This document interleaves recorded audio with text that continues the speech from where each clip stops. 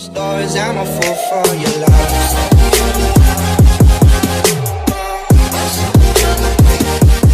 Let's talk about apartments. So in Japan, if you're moving into a new apartment, you have to pay a startup fee.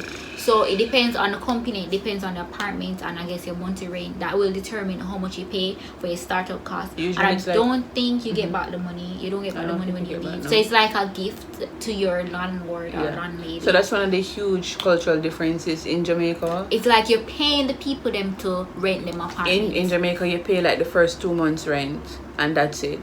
In Japan, you have to pay 2 months rent, and then you have to pay an additional month's rent as a thank you to the landlord for allowing you to stay in their building. And then you have to pay insurance, cleaning fee, key money, all of that. So for example, the other day, because I'm in the process of looking for an apartment for myself, I saw an apartment that I liked, and the rent was like 50,000 something. So when I inquired about it by email and they sent me a breakdown of everything, I saw community fee, cleaning fee, environmental fee, sanitation fee. By the time they added all of that, my monthly rent would have been 61,000 something.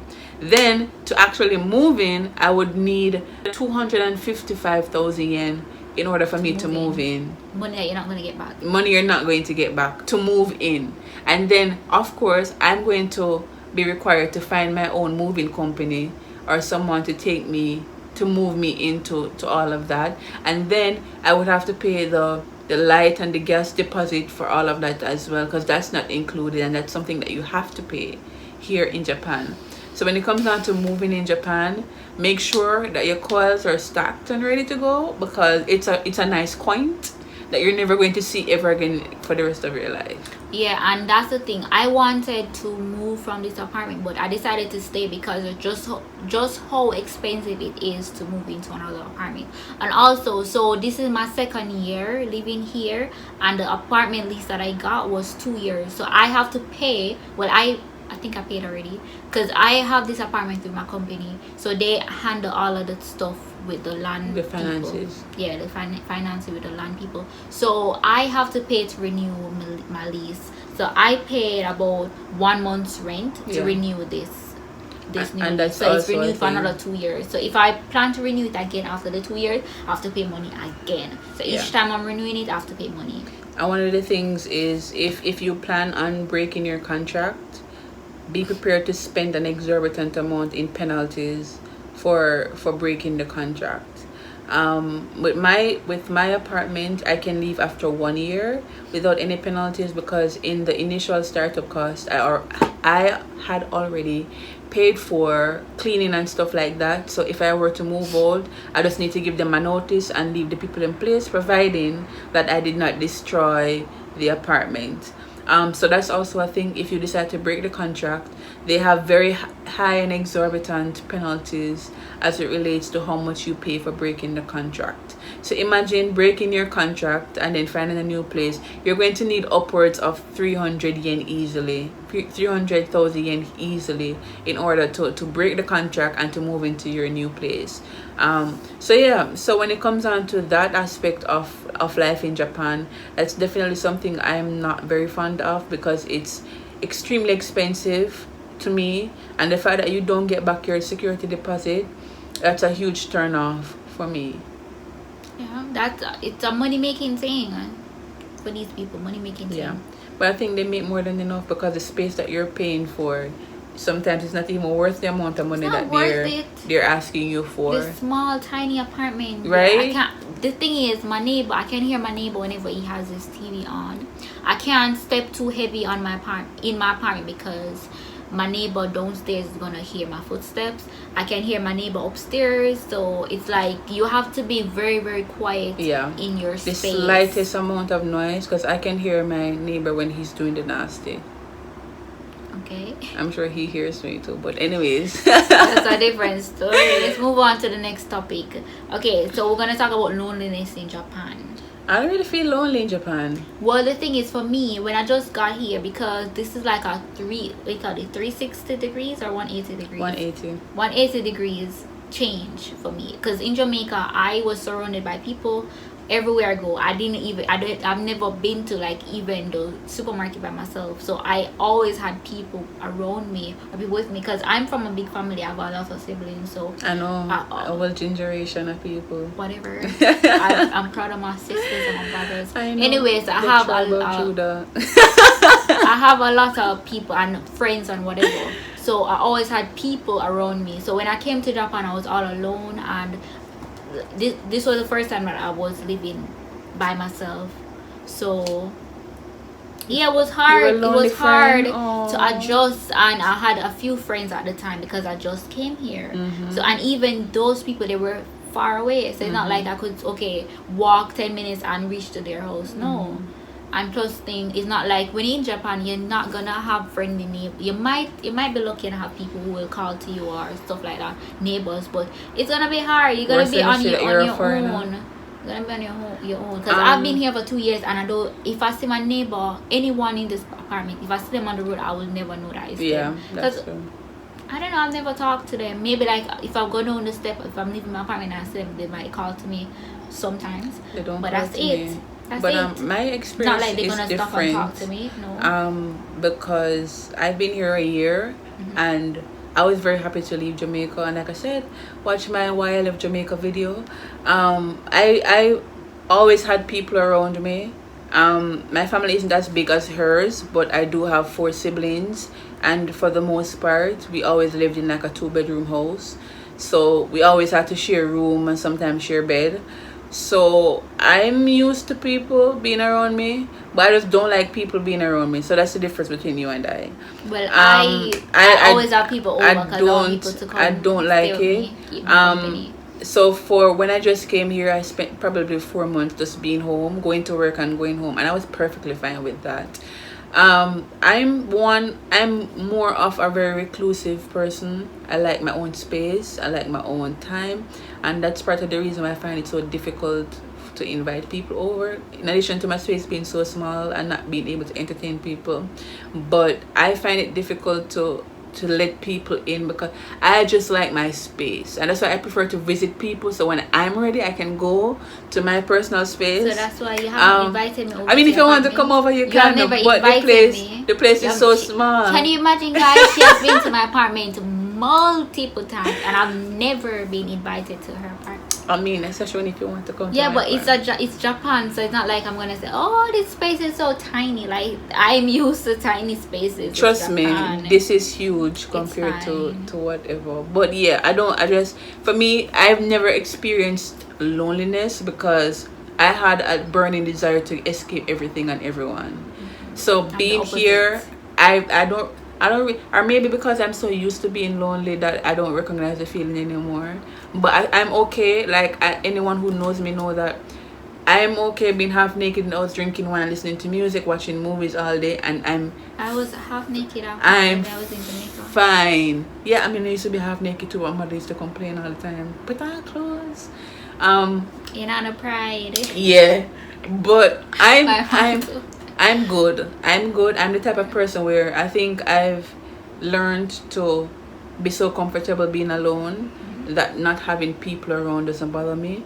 I like people, but I also like being by myself. So that's me. I don't really get lonely that easily. Because my apartment space is so tiny, I don't mind being at home by myself. But if I lived in like a house with a huge space, then I would want people to come over. Maybe I would feel that way too. But because my apartment is so tiny, I don't mind people coming over, but I also want my alone time. Because it's not like I can go into another room and be by yourself. Exactly, you can't. If someone is here, you literally, there's nothing I can do unless I go to the bathroom, and the bathroom is so tiny. So. You can only spend so much time in the bathroom. Exactly. But loneliness is dependent on the kind of person that you are. Some people come and they find friends easily and they make friends easily. Some people like being alone by themselves. Some people find it difficult to meet people. But like I said, for me, I've never really had a problem. People ask me if I'm homesick. I've never been homesick a single time since I've been here. What does it feel like to be homesick? I don't know. I've never felt because it. I miss certain Jamaica, things. and I miss certain everybody's things. going to the beach and the river. No, I want to go to the beach and the river in Jamaica. I don't care for that, but like Okinawa is down there. Okay, but I miss Jamaican food, and so I my miss family, of Jamaican course, food. I don't know if I miss my family that much. We can talk via WhatsApp.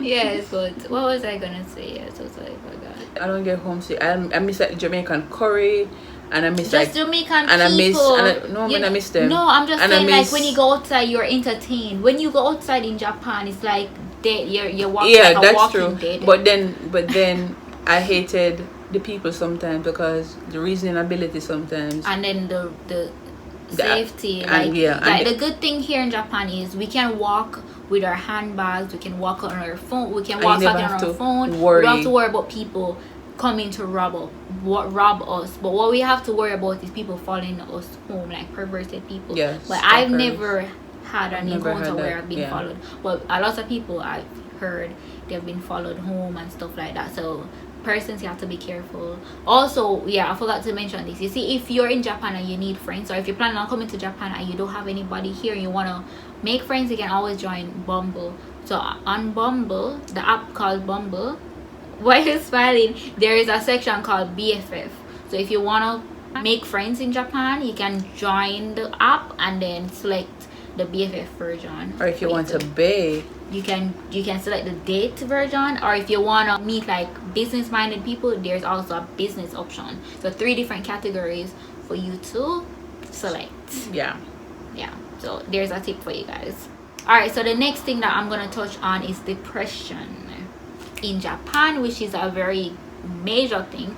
Like I have never been depressed before, but when I just got here my first year, I could feel a sense of sadness. I think it was, and I felt negative. I guess I don't know how to describe depression because I've never I suffer from depression, but I don't think I've ever experienced it. But the thing is, how does it make you feel? You feel extremely sad, and it depends on the kind it depends on what you're depressed about. Because I suffered from depression because I've struggled with loving my physical self and just not feeling worthy or feeling like I should be here.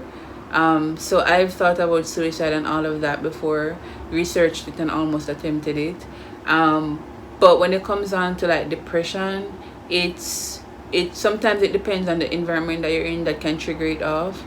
Sometimes it's something that someone says that triggers it, and it's just this feeling that this isn't what I want. It's just this heaviness that you feel come over you, and you feel just so heavy, and it doesn't matter what's happening around you, no matter how happy things are around you, you just feel this heaviness around you. You're unable to connect with the happiness that you see around you. It's like you're so detached and far from. I think depression for me was when I was in Jamaica.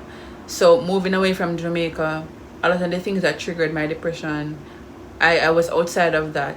And even before I moved to Japan, I used to travel very often to the US because every opportunity I got to escape the environment that felt like depression to me, I did. But in Japan, I don't really feel depressed. I don't think Japan triggers my depression. I feel like there are certain things that I'm still working on that triggers the depression.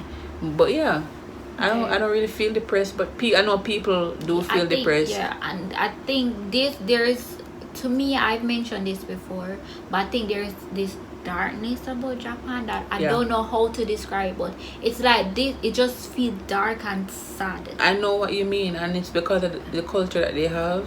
Because I feel like people here can't be themselves because the culture emphasizes harmony and unity, and a large portion of that requires you to strip yourself of the things that makes you happy in order to satisfy societal needs and the goal to maintain harmony within the society.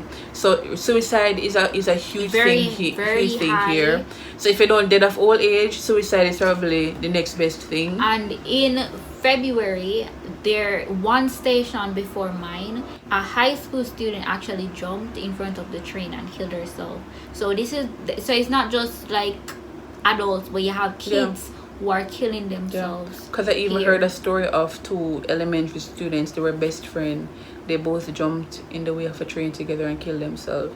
So it's a huge thing here. And then boy in Tokyo, I think, used a gun going to kill himself. So it's a huge thing here where people just kill themselves because, like I said, I mean, it's I think it's a part of the culture where they think it's honorable or something like that. But that's coming from the World War days when people used to kill themselves for the country.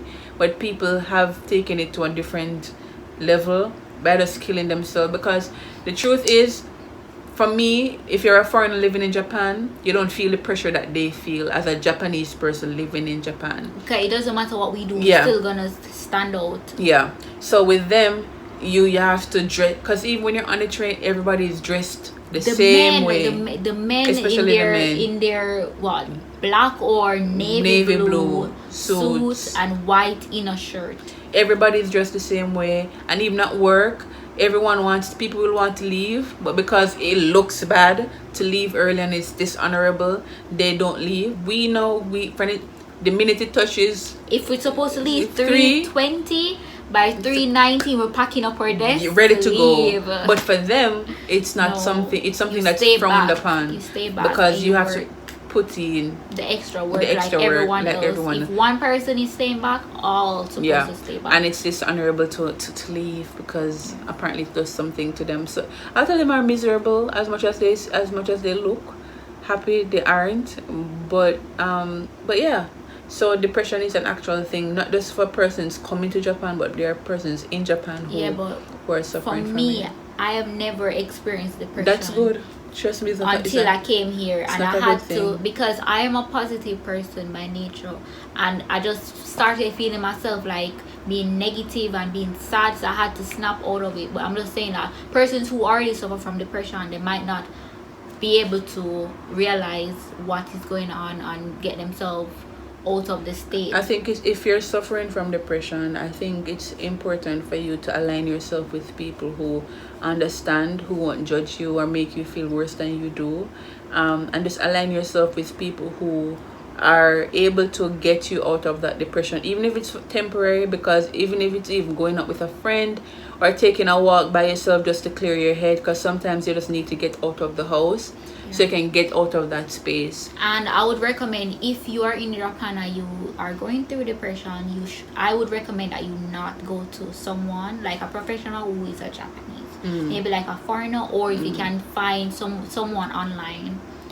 to help you that's not Japanese, because I just don't feel like they're equipped to help you to, come out of that state. So let's talk about Japanese weather, climate here. So Japan has 4 distinct, I would say 5, but I can't rainy season. But when it's rainy, it's still hot. Still going through. But it's not a season. Rainy season is a season in Japan. There's autumn, spring, summer, winter. 2 months of rain. That's a season. Sorry, that's a season. So in winter, let's talk about winter. Winter is very, very cold, and it snows in Japan, if you didn't know. Especially if you're coming from the tropical area where you're used to sun 24/7, 365, where you can go to the beach even in December. 24/7? Goodbye. 12 hours. Okay. But yeah, if especially if you're coming from like Jamaica and you've never experienced the cold before, it's going to be a huge adjustment, especially when it comes on to that was one of the reasons why I got depressed, especially when you're used to winter. I've experienced winter before I came here, especially when you're used to wearing like stuff like these all year round in Jamaica. You wear anything you feel like to wear, and then to come here and to have on 3-4 layers of clothing, and the apartment doesn't have a central heating system. One place might be warm, the next place might be cold. So it's ridiculous. And then you have to get walking to your train station, so you have to be walking in the cold, walking in the snow, all of that. And imagine working on a hill, ladies and gentlemen, the top of a hill, when it's snowing, it's raining, and it's windy. That has happened to me once before. And it's sunny, so you're sweating walking up the hill. It's not fun. And in Japan, weather is so bipolar. Let me tell you how 3 days consecutively went. The first day, it snowed in March of all months, heavily. March is spring here. And then the next day it was rainy, like a full day of rain. Like heavy rain. And then the third day, it was bright and sunny, as if nothing had happened the day before. So Japan is like very bipolar when it comes down to its weather. If it's cold, it's really cold. If it's hot, it's really hot. If it's raining, it's a lot of rain. And it can be raining like 2 o'clock, and by 3 o'clock, it's very hot. Very hot. So it's just like the weather is so unpredictable. Yeah. And the weather also comes, especially the rainy coming into summer months. Mold is a huge thing here. I know a lot of persons don't have that problem, but And lint. I have that problem with mold. It is the green stuff, like a mannequin head. I just saw green stuff growing, and I'm like, I don't have that. I have that problem. But people have been complaining. But I'm saying I wonder what Lucky is it? The you. heat? I don't know, but I've What had brings that it on? problem. And even my sweater that's on the back of my chair, I just looked at it one day and it was filled with green stuff. And so I had to buy one of the mold thing, because even on the crevices of my window pane, mold came. And so I had to get one of the mold remover from Daiso to remove it. But even the other day, I had to do a last bit of cleaning of mold on the back of like my drawers that has like my makeup stuff and my clothes stuff. So mold is a huge thing here. So And lint. So you would buy brand new clothes, and then when you look, you fill with lint. Lint is a huge thing here. So the weather is very bipolar, and if you're coming from like a tropical country where you're not used to like the different distinctive seasons, be prepared to be shopping quite often to get clothes to match the weather, because you basically have to shop for each season, because each season comes with different levels of heat or coldness. So bear that in mind. And if you want to get winter stuff, it might be pricey, but you can always go to like a thrift store. Second Street is a very good thrift store to check out. And it's nothing riff-raff either, because they have take brand new very stuff. good care of their stuff here. And one of the culture here, not just for clothes but for like furniture, one of the culture here is once they're moving out, they usually get rid of all the stuff and buy new stuff. And like I said, the stuff that they have in the second-hand store are usually in good condition, if you're willing to search for it. Because I've been to a few second-hand stores, and the stuff are actually in pretty good condition at a reasonable price to most extent. Okay guys, so that's it for this video. If you have any questions about life here in Japan, you can leave it in the description box below. Description or comment box. In the comments box below. Or if you don't want people to be all up in your business, you can send me a DM on Instagram, or you can also message Staecha on Message me if you're following me. yeah, you check out her YouTube channel. I'm gonna be leaving the link in the description And box follow me on the below. gram, because the girl And follow posts her often. on the gram. Follow me for Follow the me looks on the gram as well. Follow me for the looks that I'll be serving. Okay. Alright guys, so that's it for this video. I'll see you next time. Bye.